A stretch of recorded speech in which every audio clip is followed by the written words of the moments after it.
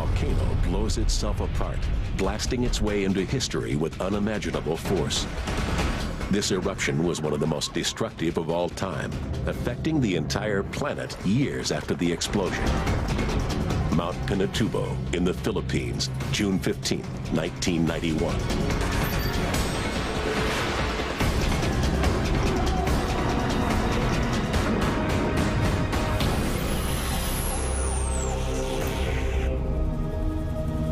Deep in the dark heart of the Philippines lies a small and undistinguished peak.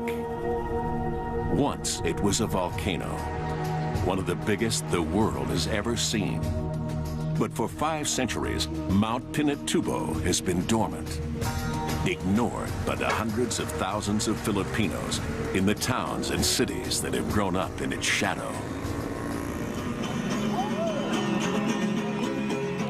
But for an ancient people living high on its slopes, the mountain is sacred. The Aitas celebrate and worship Mount Pinatubo. Like all her tribe, Flor de la Cruz believes that Apo Malari, the god of all things, lives inside the mountain. Bilang isang katutubo, it is our responsibility to look after the mountain, defend it, and care for it. It is holy because we believe it is Apo Malari's home. But stirring deep within Pinatubo is not a god, but a molten monster. Cracks are opening in the bedrock of the mountain, and miles beneath the Earth's crust lies the cause, a colossal churning sea of magma, superheated molten rock. Titanic forces are at play, but far above, on the fragile surface, few have any idea they are living on top of a volcano. Then, on the morning of April 2nd, 1991, comes the first warning of an apocalypse.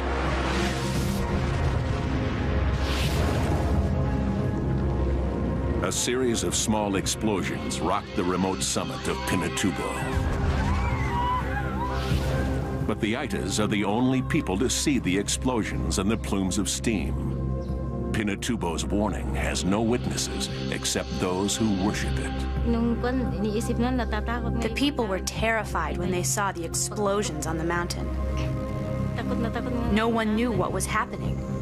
That night, there was a red light on top of the mountain. It looked like blood was coming out. The next morning, the Aitas describe what they have seen to a local nun, Sister Emma Fontavilla.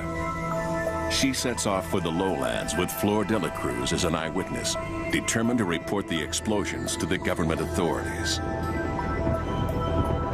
They travel to Manila, 55 miles south, passing from one world to another. Finally, they come to the Philippine Institute of Volcanology and Seismology. Sister Emma convinces a skeptical staff to let her and Flor meet their director, world-renowned volcanologist, Dr. Ray Punangbayan. Ray may be an internationally respected scientist, but he's working in a third-world country. The few seismographs he has are tied up, monitoring another volcano to the south of Manila. Why should he heed the fears of a superstitious tribe who believe their god is angry? Pinatubo awaits his decision. If he ignores this warning, he won't get another chance. He takes a fateful step. He orders one of his seismic teams to the summit. From the air, they see the smoking vents described by Flor de la Cruz. And when they land, the first flickers of their seismograph tell them something is stirring within this long-dead volcano. Over the next 24 hours, they detect more than 200 separate earthquakes. Pinatubo is coming to life. The earthquakes could be caused by the geothermal movement of steam and superheated water. But Ray Punangbayan's instinct tells him there are other forces at work, far deeper, far more powerful. He knows that the Philippines lies on the Ring of Fire, a vast arc encircling the Pacific Ocean, home to most of the world's volcanoes. Deciding whether one of them, Mount Pinatubo, is coming to life will be a poker game of science versus nature, where the stakes are life and death. Not only for the 20,000 Aitas living on the mountain itself, but also for the hundreds of thousands of Filipinos in the towns and cities of the surrounding lowlands. And just 15 miles from the summit, the largest U.S. military base on foreign soil, Clark Air Base, home to 16,000 American servicemen and their families, and billions of dollars of military hardware. In all, nearly 1 million lives, Filipino and American, will depend on Ray's ability to outguess one of the great forces of nature. A volcano is not an enemy nor an adversary. It's something that you try to befriend, in fact, and try to understand what it is, what it's going to do. Then you have to read the signals properly. And if you fail to do that, then you lose in the game. Trying to predict a volcanic eruption is not for the faint-hearted. It is part science, part gut instinct. And there are few seismic detectives who can successfully track these killers from the deep earth. Ray knows that a volcanic eruption cannot be stopped, but it can be escaped. If Pinatubo is on the boil, it will be his job to say when it's going to blow. And he will get only one chance. If he calls an evacuation too early, those ordered out of the danger zone will come back. And if he calls it too late, hundreds of thousands may die. For days, his team tracks the earthquake swarming deep beneath the mountain, but their equipment is outdated. The Filipinos need help, and Ray knows where to find it. Chris Newhall of the United States Geological Survey in Washington is an old friend and a volcanologist. He's got the high-tech instruments that will help Ray penetrate Pinatubo's secret. On April 23rd, he and a crack team of U.S. scientists join Ray's task force of volcano detectives. They set up their operations center at Clark Air Base within sight of Pinatubo's summit. To them, as to all who live around it, the mountain looks just as it has since the time of Columbus. Yeah, because this particular... We were acutely conscious of the fact that there had been no eruption at Pinatubo for 500 years, and many, many people, perhaps even a majority, doubted that it was even a volcano. Ray and his team know Pinatubo is a volcano, but what kind and how dangerous?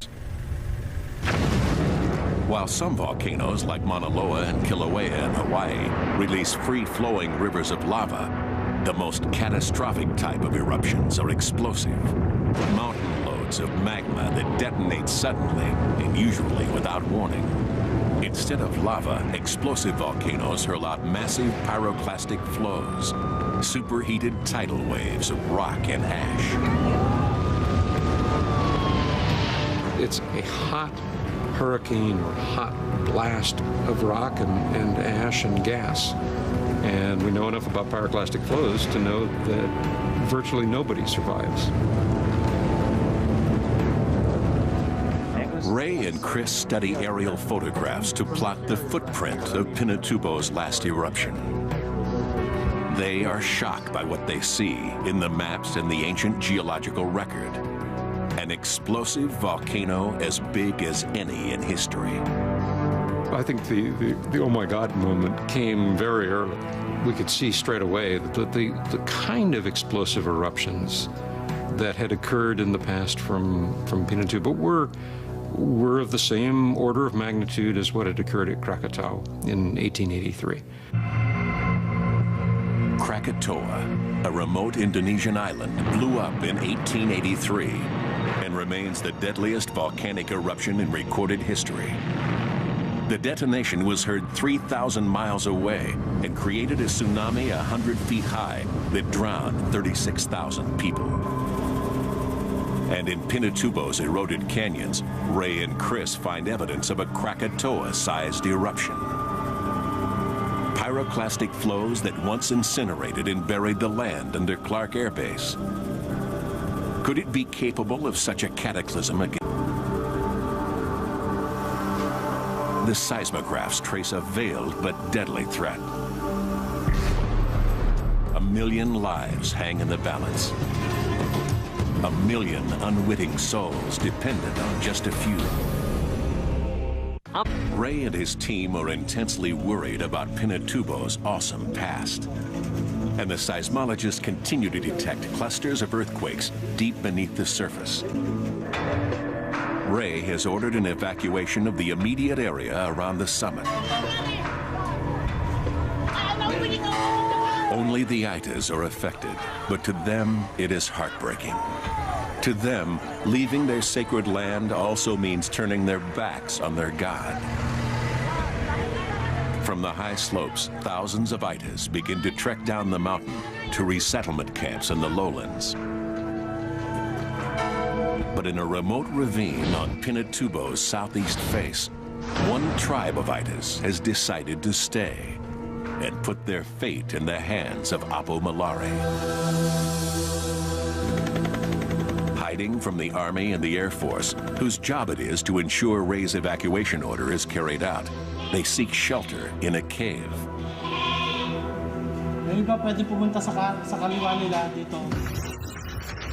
But the quakes diminish.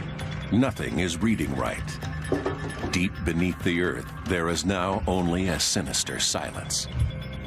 Is Pinatubo just playing dead, or has it settled back into its centuries-old sleep?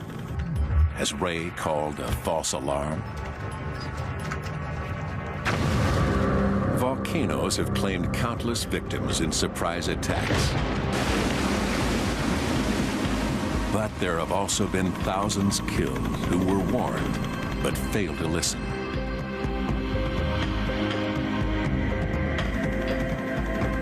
(1985), the city of Armero in Colombia is buried by a volcanic flow.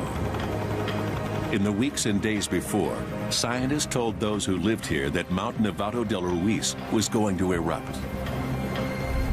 But neither they nor their government listened. 23,000 people died. Nevado del Ruiz is etched onto the mind of every volcanologist. It was a terrible tragedy, and it was completely avoidable had people understood what the hazard was that they were facing. They could have actually walked to safety.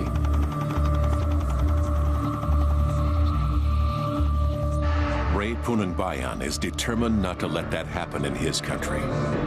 But right now, he's hanging in the wind of skepticism and outright disbelief. The U.S. military command at Clark thinks Ray and his scientific team are overreacting. So do many in the Filipino government, which can ill afford a mass evacuation if Ray decides to call it. And as if to spite him and his team, Pinatubo barely stirs for days. And Chris is fighting his own battle with official skepticism. Washington is threatening to pull the plug on his team and their precious equipment unless he delivers some clear answers fast on whether Pinatubo is really going to blow. He and Ray have to find some clear evidence that there's magma arising beneath Pinatubo. To find that proof means a risky chopper flight low over Pinatubo's steaming vents. Magma contains highly pressurized sulfur dioxide. If Chris can find the gas, he's found the magma beneath the surface. What I'll do is see that first little ridge line up there? I'll try and set it up so we can go right up about there and make a left pass along down to this ridge line here. But the chopper is ill-suited to the task. Its rotors churn the air and confuse the detection instruments. Let's drop down a minute. Okay, coming down, standard, using throttles. Taking the chopper any lower is dangerous. An unexpected blast of steam could bring them down. But it's their only chance of detecting sulfur dioxide. To Chris, it's worth the risk. Well, do you want us to keep flying around looking at it, or? Yeah, we got to make sure what it is. Let's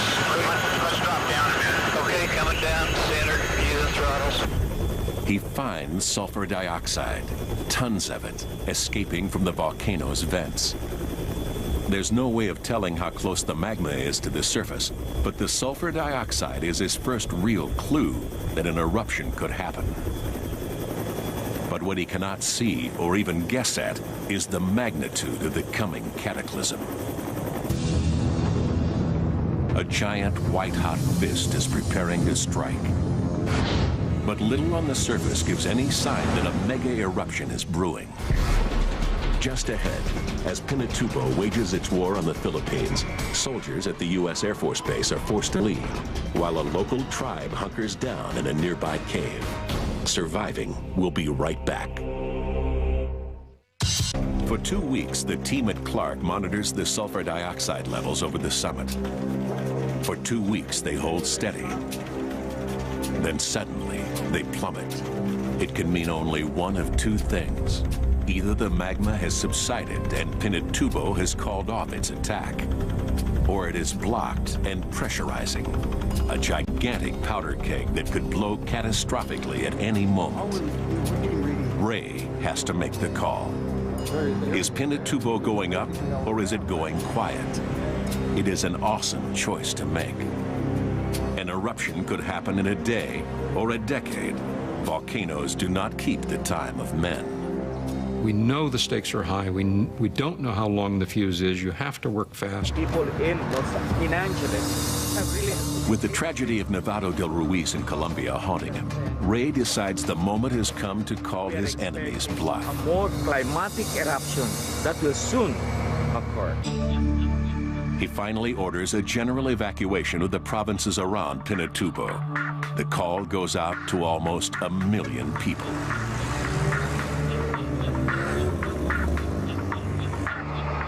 But is it already too late? Will everyone heed the call? On the outskirts of Angeles City, Big Mendoza is about to go into labor. None of us believed the volcano was going to erupt. Neither she nor her family believe what they're hearing about Mount Pinatubo. Most days they can't even see it through the tropical haze. The government was telling all of us to evacuate. We could not accept it because we had lived there for so long, and I was also 8 months pregnant.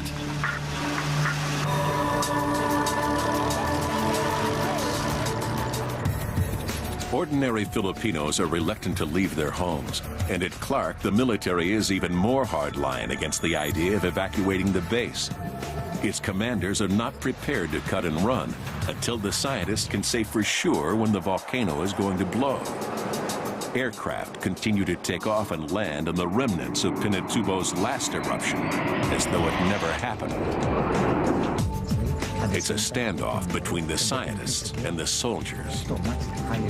On the base's closed-circuit TV, Chris Newhall is pressed for a precise eruption date. Time periods that right now we cannot see deep enough into our crystal ball to say for sure one way or the other. Then in early June, Pinatubo is rocked by a cluster of mysterious earthquakes. If Ray and his team are reading it right, the quakes outline not a river, but a massive sea of magma. And on June 7, its immense pressure fuels Pinatubo's first battle cry. A 28,000-foot plume of steam erupts into the atmosphere. It is Pinatubo's declaration of war. The monster's attack has begun. The lowlands are slowly emptying, but high on the mountains, some plan to stay despite the danger. On Pinatubo's west face, just 6 miles from the summit, seismologist July Sabat and his team make camp. Since the first days of the ITA's warning, July has been Ray's eyes and ears, radioing vital seismic data to help him plot the monster's movements. By now, our seismographs were continuously recording so many tremors that I knew it was going to erupt. We were at the front line, but I didn't even think about getting scared. What mattered to me was getting the information back to Ray Punanbayan so he could warn and evacuate those in danger. At the same mountain campsite is Jing Magsaysay, a reporter with the Philippines' main network. We felt excitement, we felt fear, but we had to do it. We had to be where we were to get the story. He's covered other volcanic eruptions and is confident he'll be able to pull out when the time comes. On and around Pinatubo, fateful choices have been made. And none are more fateful than by a group in a remote cave high on the mountain's southeast face. In all, there are 40 families, a whole Itis tribe, nearly 100 people, men, women, and children. Some are here to keep faith with their God, some because they do not want to leave their homes, and some because they believe that no matter what is coming, they will be safe in the cave. A tribesman named Sebio waits with his wife and young son for the judgment of Apo Malari, the god of Mount Pinatubo. 10 miles away, the military has finally issued its evacuation order. At Clark Air Base, they're recording a constant stream of earthquakes, sometimes at the rate of 1 a minute. The pride of the U.S. Air Force is being deserted. 15,000 military personnel and their families leave. We were evacuating people who were on life support. We were evacuating infants who were in incubators and who had tubes attached to them. Colonel Ron Rand is one of a core group of officers and men who will stay to guard the base. Now, only they and the scientists remain. The eruption of Mount Pinatubo is no longer a matter of if, but when. At 8:50 a.m. on Tuesday, June 12th, it launches an enormous column of ash, 12 miles straight up. Now we knew what we were up against. Now we knew how huge this thing was.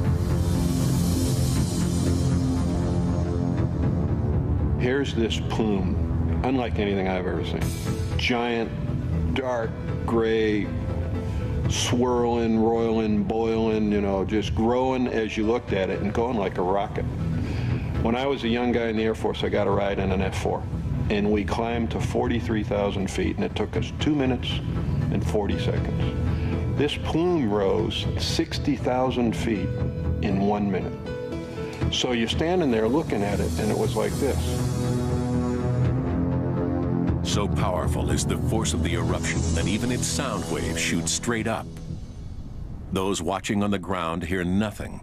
This awesome event takes place in absolute silence.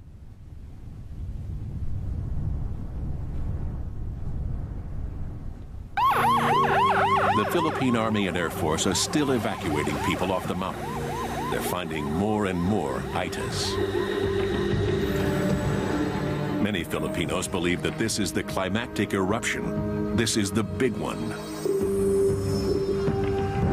Ray and the team at Clark know something worse. The magma beneath Pinatubo is boiling, gathering force, but it has not yet reached the surface. This is not Pinatubo's main eruption. This is just the beginning. For 48 hours, near constant earthquakes swarm ever closer to the surface. Dense clouds of ash blast from cracks opening in Pinatubo's summit. The volcano is priming itself for one of the greatest eruptions ever witnessed. On the mountain itself, the Philippines Air Force is still rescuing small groups of itis. But those being found and flown to safety are telling their rescuers of others who have stayed, a tribe of itis who won't come down. On the lowlands, tens of thousands of people are on the move. With ash billowing down from the mountain, village after village empties as their inhabitants flee. As night falls, the darkness around Pinatubo is broken by the constant cracks of earthquakes as the sea of magma builds up unimaginable pressure. There are only hours left before the hellfire reaches the surface and breaks free. Just beyond the foothills of Pinatubo, the scientists at Clark Air Base wait out the night. The seismographs are steadily warning of a cataclysm even greater than they have predicted. The tension is intense. Everyone is exhausted. Most are frightened, but none think of leaving. Seismologist P.J. De Los Reyes is scared by what she's seeing in the seismic readings. For me, as far as I'm concerned, it was something I had to do. There was no choice anymore. I mean, my kids needed me, but my country needed me more. So there wasn't any choice. The minutes tick by. It is a countdown to catastrophe. Then at 5:55 a.m., the seismographs go off the chart. It has begun. What those left at Clark witness is almost beyond imagination. The western horizon is one giant boiling cloud of ash. Pinatubo's climactic eruption sequence has started. Watching in awe, geologist Leo Bautista understands the danger they now face.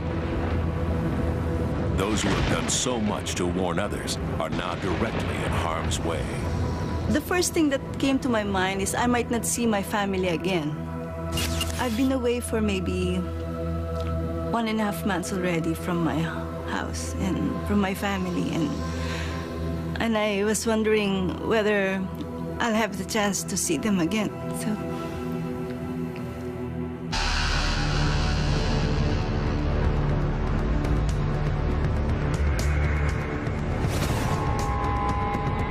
For the next 6 hours, Pinatubo erupts 4 more times.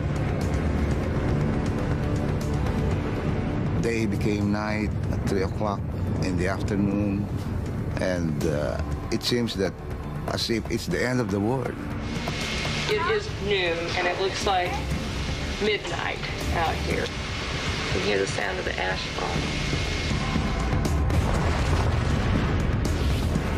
Each blast hurls millions of tons of ash into the sky. Massive clouds of poison gas billow into the atmosphere.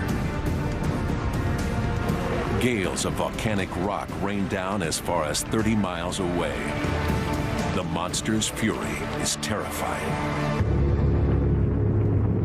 Then at 1:42 p.m. on June 15, 1991, comes one of the single most cataclysmic natural events of the 20th century. A release of energy 200,000 times greater than the Hiroshima atomic blast. A cubic mile, 5 cubic kilometers of magma detonates straight up, reaching the stratosphere in seconds. From space, it looks like a vast nuclear bomb has gone off, blacking out the Philippines and the South China Sea. Pyroclastic flows thunder for miles in all directions, expanding as they suck in cold air. Billowing killer clouds of superheated ash and rock. I think you could light off every bomb and every rocket and every explosive man has stored all over the world, and I don't know that you would have registered to the Earth what Mother Nature did on the 15th of June. It was unbelievable. High on Pinatubo, Sebio and his tribe wait for Apo Malare's judgment. The mountain is exploding around them. Hurtling toward their cave is a massive pyroclastic flow. 1,500 degrees Fahrenheit, traveling at 100 miles an hour. In skin going dead. That was the scariest part for me. You can't imagine how it felt like knowing that you can be overrun by a pyroclastic flows. And the only thing that we wanted to do was escape from Clark Air Base. Blinded by ash and caught in a gale of mud, they drive west. Inside the car, it's like you're trapped. You cannot go out. In her car, Leo Bautista is trying not to panic as she peers into the impenetrable darkness. Driving at 20 kilometers per hour, very slow. I realized that if the volcano decides to exert a bigger eruption, then we're really going to get fried. We're really going to die. Ron Rand loses the rest of the convoy. He is left alone to wonder what's out there. I mean, it was everything from the utter darkness to the roaring rocks and stuff flying all over the place, earth rumbling from continuous earthquakes. You would get pelted by the stuff coming through the sky. I was beginning to think, this is a fine mess I got myself into now, you know. For a harrowing hour, he drives on, trying to find the convoy. Behind him, pyroclastic flows reach the very gates of the base. But by then, they've made it to safety. Pinatubo made me realize, you know, there but for the grace of God go out. You know, I could have been swallowed up and gone, and nobody would have ever been the wiser. But Pinatubo is not through with the Philippines. This once-in-a-century volcanic eruption is about to be joined by another elemental force of nature. The catastrophe is far from over. Of surviving. Of the 1 million people once threatened by Mount Pinatubo, only a few hundred remain in peril. Its slopes and lowlands are almost totally deserted. It seems man will escape the monster's wrath. And so he might, but for the volcano's murderous accomplice. A super typhoon named Yunya. It is an incredible and deadly coincidence of natural events. Racing across the South China Sea, Typhoon Yunya reaches Pinatubo just as the volcano enters its most cataclysmic phase. It is a 1-2 killer punch, the worst possible combination of calamities. It's unbelievable. It's just simply unimaginable that these two things can happen at the same time. So you're in the middle of a battle between the forces of nature, and you're right in the middle of it. Billions of tons of ash are caught by lashing winds and torrential rain, turning the sky above Pinatubo into a boiling mudstorm. To those caught in it, it's as if concrete is pouring from the sky. House after house, building after building, falls to the devastating mudstorm. It happens quickly and without warning, crushing those trapped inside. It was too much for any town or any person to take. It was just unnatural.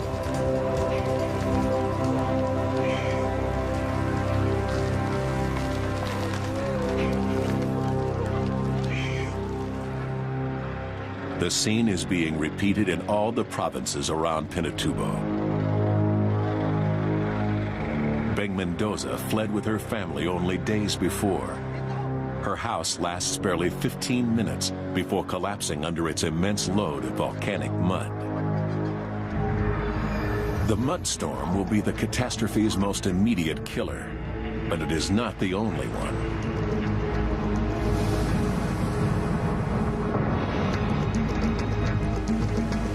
The torrents of water running off Pinatubo have collected massive quantities of hot volcanic debris.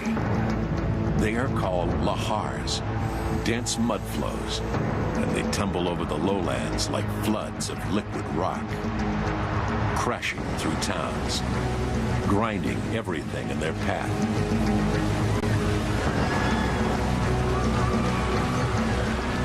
For 15 hellish hours, the monster of Pinatubo hurls everything it can at the Philippines.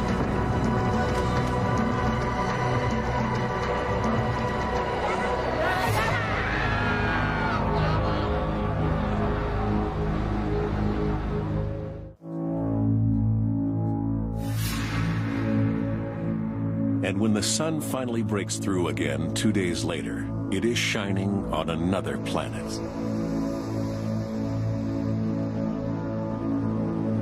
From horizon to horizon, it is a moonscape, a lifeless black and white world.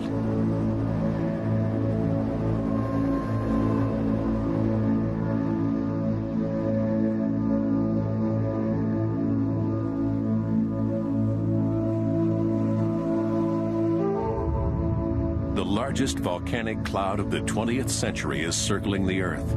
It will significantly alter global temperatures for the next 3 years.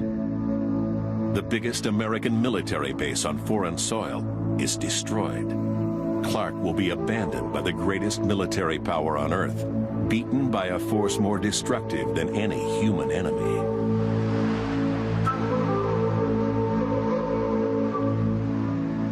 After the fact, we said it was the mother of all eruptions. It was the mother of all events any one of us had ever been through.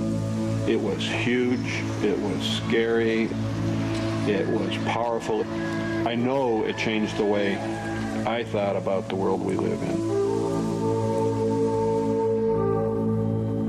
Nature did its very worst, but its opponents, men like Ray Punangbayan and the men and women who worked with him, did better. Incredibly, in this awesome natural event, fewer than 300 people lost their lives when it could have been hundreds of thousands. It is a victory for man. A human catastrophe was averted.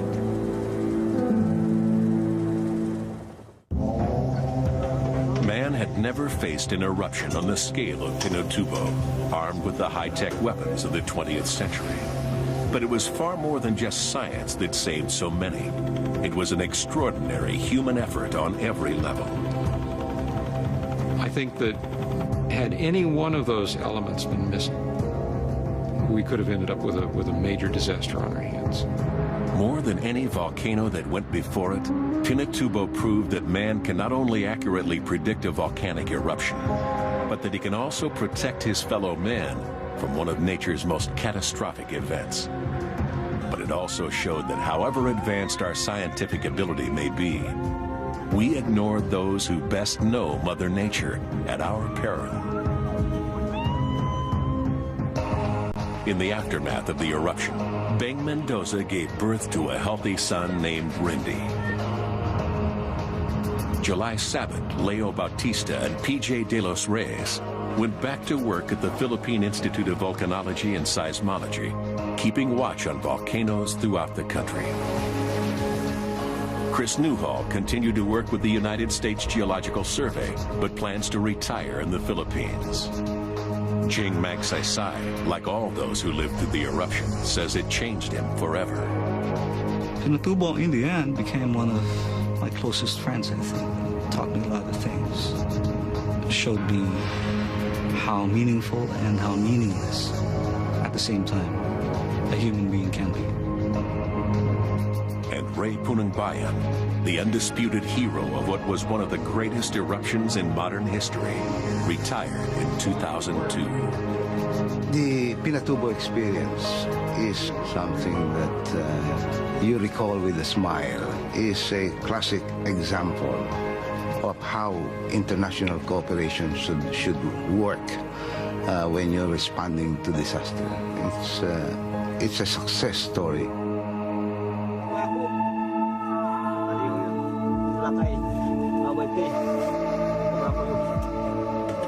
To this day, the Aitas who perished in the cave on the mountain have remained where they fell, their skeletons awaiting a reburial. But now, Sebio and his people gather their bones and carry them to their new village, where they are laid to rest in a tomb sealed with the ashes of the volcano.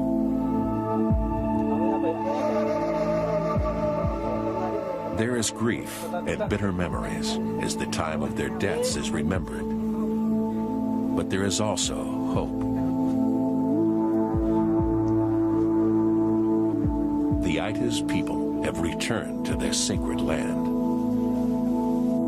Their mountain may have changed, but their God is at peace again.